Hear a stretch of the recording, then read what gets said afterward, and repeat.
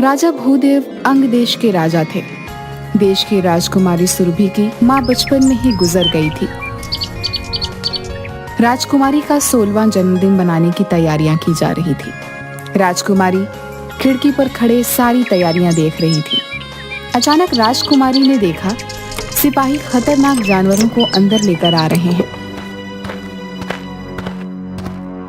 महाराज, इन सभी जानवरों को महल के अंदर क्यों लाया जा रहा है? राजकुमारी, मनोरंजन के लिए। तुम्हारा जन्मदिन जो आ रहा है। कुछ सिपाही एक दूसरे से बातें करते हैं। अगर यही हाल रहा तो राज्य के सारे जानवर समाप्त हो जाएंगे। हर हफ्ते 50 जानवर हवेली में भेजे जाते हैं। अपनी जुबान बंद रखो, दीवारों के भी कान होते हैं, समझे? कभी तुम्हारी बात राजकुमारी के कान तक ना पहुंच जाए। राजकुमारी सिपाहियों की बात सुनकर हैरान हो जाती है। राजकुमारी जानवरों के पीछे पीछे उनका रास्ता लगाने देती है। तभी एक सिपाही राजकुमारी को देख लेता है। राजकुमारी जी, आप यहाँ? महाराज के सख्त निर्देश हैं कि आपको यहाँ न आने दिया जाए। अचानक तेज हवा का झोंका आता है और राजकुमारी की चुन्नी उड़ते हुए एक दरवाजे के पास गिरती है। अरे, यहाँ तो पिताजी स्वयं दरवाजे के पास खड़े हैं और जानवरों को अंदर भेज रहे हैं। पिता को देख वो अपना दुपट्टा उठाकर वहां से चली जाती है, पर राजकुमारी को सारी रात नींद नहीं आती। आखिर पिताजी महाराज मुझे वहां जाने के लिए क्यों मना कर रहे हैं? वो मुझे इस राज से दूर क्यों रखना चाहते हैं? आखिर इस दरवाजे का राज है क्या? राजकुमारी ने अपनी खिड़की का दरवाजा बंद कर दिया और चुपचाप लेट गई। तभी महल की सबसे पुरानी और सबसे बूढ़ी दासी त्रिजटा उसके कमरे में आ गई। ओ मेरी प्यारी राजकुमारी, आज इतनी उदास क्यों लग रही हो? तुम्हें पता है, मैंने तुम्हारी माँ को भी पाल पोस कर बड़ा किया था, इसलिए मुझे अच्छी तरह से पता है कि तुम बड़ी परेशान हो। दादी माँ, क्या आप मेरे प्रश्नों का उत्तर दे सकती हैं? राजकुमारी, अगर तुम चाहो तो वो प्रश्न मुझसे पूछ सकती हो, लेकिन अगर उन्होंने पिताजी को बता दिया तो मेरे लिए बहुत बड़ी मुश्किल खड़ी हो जाएगी। अब नहीं दादी माँ, मेरे मन में किसी प्रकार का कोई प्रश्न नहीं। अगले दिन सुबह राजकुमारी महाराज के पास जाती है। उसे उदास देखकर महाराज उससे पूछते हैं, बेटी, बड़ी उदास लग रही हो। आज तो पूरे राज्य में तुम्हारा जन्मदिन मनाया जा रहा है और तुम खुश नहीं हो। लगता है रात भर सो नहीं पाई। पिताजी, आखिर उस दरवाजे का क्या रहस्य है? बेटी, आज तुम्हारा 16वां जन्मदिन है। आज मैं खुद ही तुम्हें वो राज बताने वाला था। सुनो बेटी, ये लंबी कहानी है। जब तुम्हारी माँ गर्भवती थी तो हम दोनों जंगल घूमने गए। तभी हमें वहां अचानक एक बहुत खूबसूरत स्त्री दिखाई दी। वो बोली, महाराज, मैं चित्रांगदा हूँ। मुझे प्रथम दृष्टि में आपसे प्रेम हो गया है। आपसे विवाह करना चाहती हूँ। मैं विवाहित हूँ और अपनी पत्नी से प्रेम करता हूँ। महाराज, अपना भला चाहते हैं तो आपको मुझसे विवाह करना ही होगा। इस साधारण स्त्री के लिए आप मुझे नहीं ठुकरा सकते। तो तुम नहीं मानोगी? मुझे नहीं लगता तुम कोई स्त्री हो, क्योंकि स्त्री के खूबसूरत शरीर में काला मन नहीं हो सकता। अभी मैं तुम्हें तुम्हारे असली रूप में लाता हूँ। महाराज अपने पवित्र रुद्राक्ष की माला का एक रुद्राक्ष उस स्त्री के ऊपर फेंक देते हैं और ऐसा करते ही वह अपनी असली बदसूरत और भयंकर रूप में आ जाती है। सही पहचाना। जादूगरनी असुरबाला हूँ। तू अपनी पत्नी के रूप पर बड़ा घमंड करता है ना? आज के बाद तुझे अपनी पत्नी के चेहरे से घृणा हो जाएगी। राजकुमारी, जादूगरनी ने तुम्हारी माँ को श्राप देते समय ये भी कहा कि जल्दी ही तुम्हें एक बेटी पैदा होगी। जब तुम्हारी बेटी तुम्हारी शक्ल देखेगी तो वो भी तुम्हारे जैसी ही हो जाएगी। और ऐसा कहने के बाद वो न जाने कहां गायब हो गई। तुम्हारे जन्म के कुछ समय के बाद एक दिन अचानक ही महारानी का चेहरा बहुत भयंकर हो गया। उसके चेहरे पर हर तरफ सांप लटकने लगे, आंखें अंगारों की तरह जलने लगीं, शरीर एक सूखे पेड़ की तरह। आवाज सांप की फुफकार की तरह। यहाँ तक कि वो किसी भी जीवित पशु पक्षी या इंसान को खाती है और प्यास लगने पर रक्त पीती है। इसीलिए आपने मुझे बचाने के लिए माँ को हवेली में रख दिया। बेटी, मैं तुम्हारी माता से बहुत प्यार करता हूँ। मैं उनसे दूर नहीं रह सकता था, इसलिए उनके लिए एक महल बनवा दिया जिसका ये दरवाजा है। इसमें तुम्हारी माँ के लिए ये जानवर भेजे जाते हैं जिन्हें खा के वो अपनी भूख मिटाती है। राजकुमारी अपनी माँ की यह कहानी सुन बड़ी उदास हो गई और बोली, पिताजी महाराज, क्या माँ के श्राप का कोई तोड़ नहीं? हाँ बेटी, तोड़ है। कुछ वर्ष पहले जब मैं जंगल में शिकार की तलाश में था तो मुझे वो जादूगरनी फिर से मिली। वो मरने वाली थी और शर्मिंदा थी। उसने मुझे तुम्हारी माँ को इस शाप से हमेशा के लिए मुक्त होने का इलाज बताया। तो आपने इतने दिन तक किसी को बताया क्यों नहीं? बेटी, उसने कहा था ये इलाज मैं सिर्फ जब तुम 16 वर्ष की हो जाओ तो पहली अमावस पर इस श्राप को तोड़ा जा सकता है। अगर मैं तुम्हें पहले बताता तो मैं भी श्रापित हो जाता। आज मैं 16 वर्ष की हो गई हूँ। कृपया मुझे बताएं कि मैं अपनी माँ को वापस कैसे उस श्राप से आजाद करवा सकती हूँ। हाँ मेरी बच्ची, आज तुम्हारा 16वां जन्मदिन है और कल अमावस। कल ही के दिन तुम्हें उस मायावी दरवाजे से अंदर जाना होगा। वहां पर तुम्हारे साथ भयानक घटनाएं होंगी, पर तुम किसी से भी मत डरना। पिताजी महाराज, मैं माँ के साथ ही वापस आऊंगी, आप विश्वास रखें। राजकुमारी, सोच लो, तुमको केवल 2 चीजों का ध्यान रखना है, अपनी नेकी और बुद्धि। इनका साथ कभी नहीं छोड़ना। अगर इन दोनों का इस्तेमाल किया तो तुम माँ तक जरूर पहुंच जाओगी। क्या माँ मुझे पहचान लेंगी? राजकुमारी, जादूगरनी ने तुम्हारे लिए हर कदम पर चुनौतियां रखी हैं और ये चुनौतियां तुम्हें ही पार करनी होंगी, तभी तुम्हें आगे का रास्ता मिलेगा। आखिर में अपनी माँ के अंदर ममता जगाने में अगर तुम सफल रही तभी महारानी वापस असली रूप में आ पाएगी। बेटी, तुम्हें सबसे पहले सोनगिरी की पहाड़ियों में जाकर एक जादुई गुफा में रहने वाले एक तपस्वी बाबा से एक जादुई किताब लेनी होगी। उस किताब में ही तुम्हें माँ को ठीक करने का रास्ता मिलेगा। मुझे सिर्फ इतना ही पता है, आगे क्या होगा वो तुम्हें खुद पता करना होगा और ये काम तुम्हें अकेले ही करना होगा। अपना ध्यान रखना और खुद पे भरोसा रखना।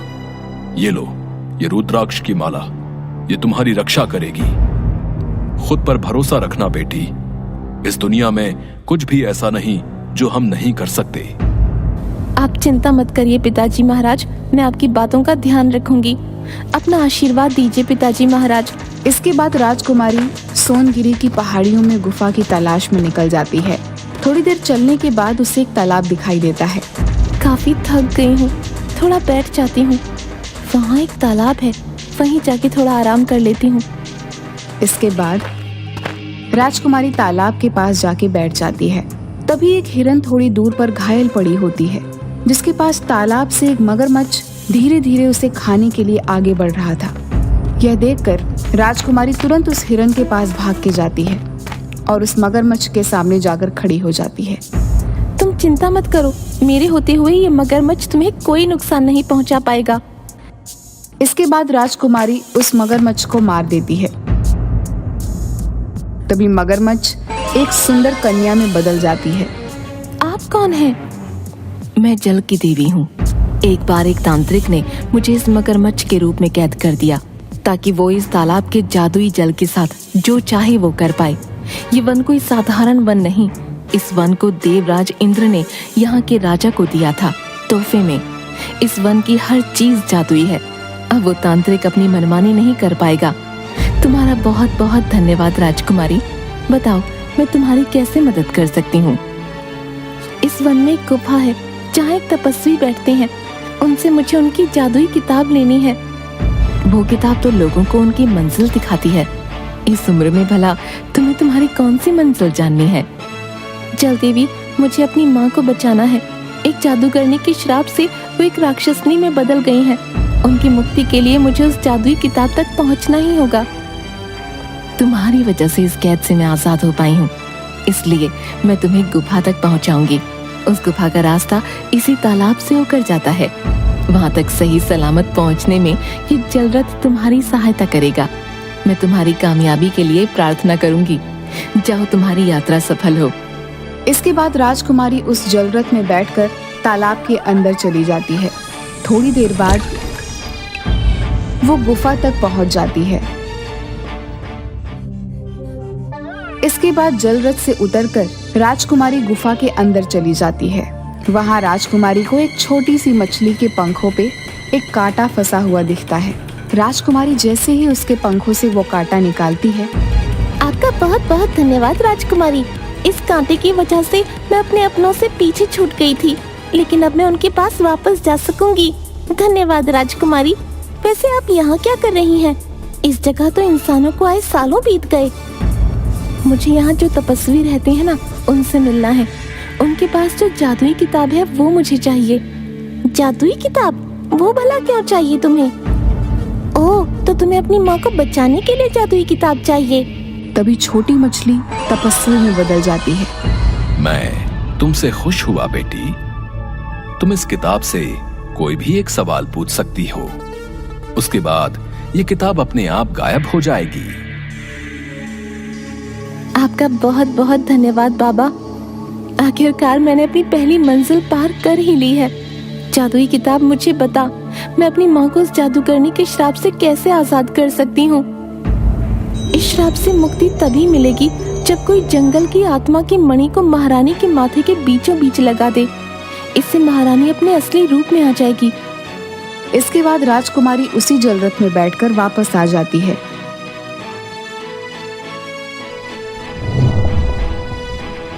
और सोचने लगती है, अब मैं वो मणि तक कैसे पहुंचूं?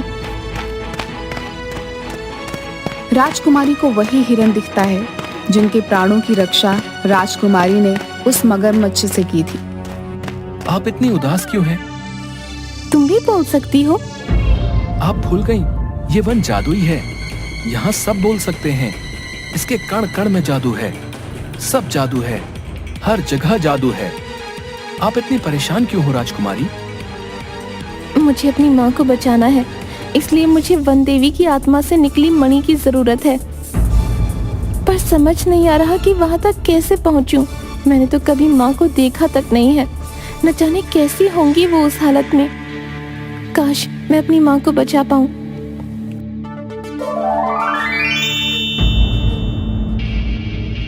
राजकुमारी भाग जाइए यहाँ से, वरना ये मेरे साथ साथ आपको भी मार के खा जाएगा। जाइए राजकुमारी, आप चली जाइए यहाँ से। मैं तुम्हें छोड़ के नहीं जा सकती। तुम यहाँ से जाओ, मैं इसका ध्यान भटकाती हूँ। उतने में तुम भाग जाना, ठीक है? नहीं राजकुमारी, ये हमारी नियति है।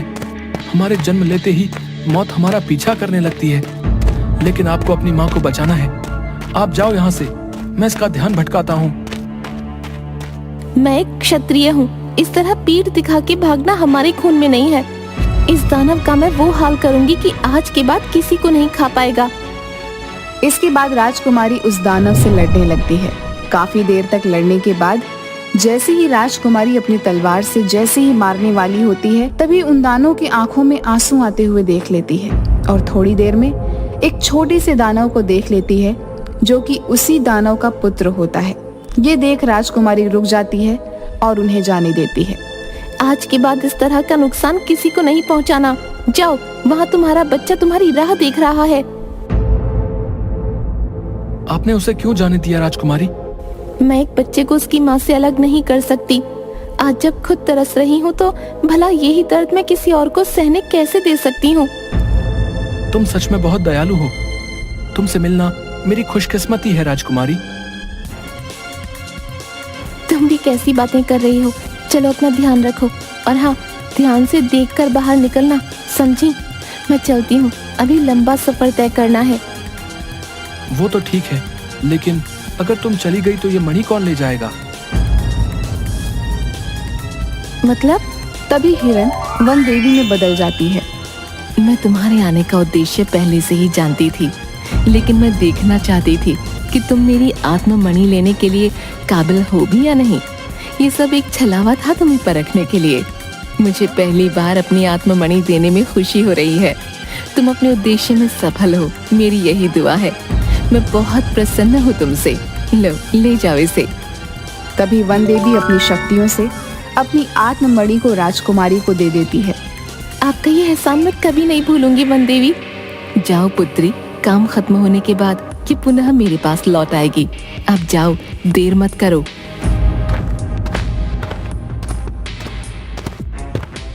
इसके बाद राजकुमारी अपने महल वापस आ जाती है। तुम आ गई बेटी। आपके आशीर्वाद से मैं माँ को ठीक करने का उपाय भी ले आई हूँ। अब बस महल के उस कमरे में जाकर माँ को बचाना है। हाँ बेटी, भगवान तुम्हारी मदद करेंगे। इसके बाद राजकुमारी उस कमरे में चली जाती है। राजकुमारी हवेली के दरवाजे अंदर चली जाती है। चारों तरफ भयंकर जानवर और मांस की बदबू फैली हुई थी। राजकुमारी जैसे ही उस आखिरी कमरे में पहुंची, तभी उन्हें एक बड़ी भयानक औरत नजर आई, जिसको देखते ही राजकुमारी डर के चीख पड़ी। कहीं ये औरत तो मेरी माँ नहीं? मैंने इतना भयानक चेहरा कभी नहीं देखा था। डरी हुई राजकुमारी ने अपने आप को संभाला। वह औरत राजकुमारी को खाने के लिए आगे बढ़ी और मुंह से सांप की फुफकार निकालने लगी। माँ, आप मुझे खाना चाहती हैं? मेरे लिए सौभाग्य की बात होगी माँ, अगर मैं आपका भोजन बन पाऊँ, आपका अंश आप में ही समाहित हो जाए। मेरा अंश? तुझ जैसी खूबसूरत राजकुमारी मेरा अंश नहीं हो सकती। नहीं माँ, पहचानो, मैं आपकी ही बेटी हूँ। बेटी? मेरी बेटी? हाथ में तलवार लेकर मुझे मारना चाहती है? माँ, एक बार मुझे गले से लगा लो, तुम्हें सब याद आ जाएगा। नहीं, मुझसे दूर रह, तुझे डर नहीं लगता? औरत ने राजकुमारी के बालों को पकड़ उसे दूर फेंक दिया। राजकुमारी के शरीर से खून निकलने लगा। चली जा, हट जा यहाँ से, वरना तुझे चबा चबा के खा लूंगी। तुझे डर नहीं लगता? ये देख मेरे दांत। माँ, कभी माँ के पास आने में भी किसी को डर लगा है? बचपन से माँ के प्यार को तरस रही हूँ, मुझे एक बार गले से लगा लो माँ। राजकुमारी दौड़कर उस भयानक औरत को गले लगा ली। औरत ने अपने दांत उसके शरीर में गड़ा दिए। राजकुमारी दर्द से चिल्लाई, माँ! लेकिन तभी राजकुमारी ने उस मणि को महारानी के माथे के बीचों बीच लगा दिया। मणि के माथे में समाते ही महारानी अपने असली रूप में आ गई। उसके ऐसा करते ही महारानी के दिल में ममता भर गई और आंखों से आंसू निकलने लगे। मेरी बच्ची, मुझे सब याद आ गया। तूने मुझे इंसान बना दिया, मैं श्राप मुक्त हो गई। ऐसा कहते ही वह औरत महारानी के रूप में परिवर्तित हो गई। जादूगरनी का श्राप सदा के लिए खत्म हो गया। राजकुमारी अपनी माँ के गले लग गई। चलो माँ, घर चलो, पिताजी महाराज आपकी राह देख रहे हैं। दोनों की हवेली से बाहर आते ही चारों तरफ खुशियां मनाई जाने लगी। पूरे राज्य में उपहार बांटे गए। आज मेरा परिवार फिर पूरा हो गया। मेरी महारानी राजकुमारी के कारण वापस आ गई। मुझे तुम पर गर्व है बेटी। आज से तुम होगी इस राज्य की नई उत्तराधिकारी। हम हमेशा सोचते थे कि हमारे बाद ये राज्य कौन संभालेगा, लेकिन जिसकी तुम निडर बेटी हो, उसे किसी बेटी की क्या जरूरत। पिताजी महाराज, आपने मुझे इस लायक समझा, आपका बहुत बहुत धन्यवाद। मैं आपकी सारी उम्मीदों पर खरी उतरूंगी, देख लीजिएगा। राजकुमारी के साहस के कारण हवेली के खूबसूरत दरवाजे को हमेशा के लिए खोल दिया गया और राजकुमारी अपने माता पिता के साथ खुशी खुशी महल में रहने लगी।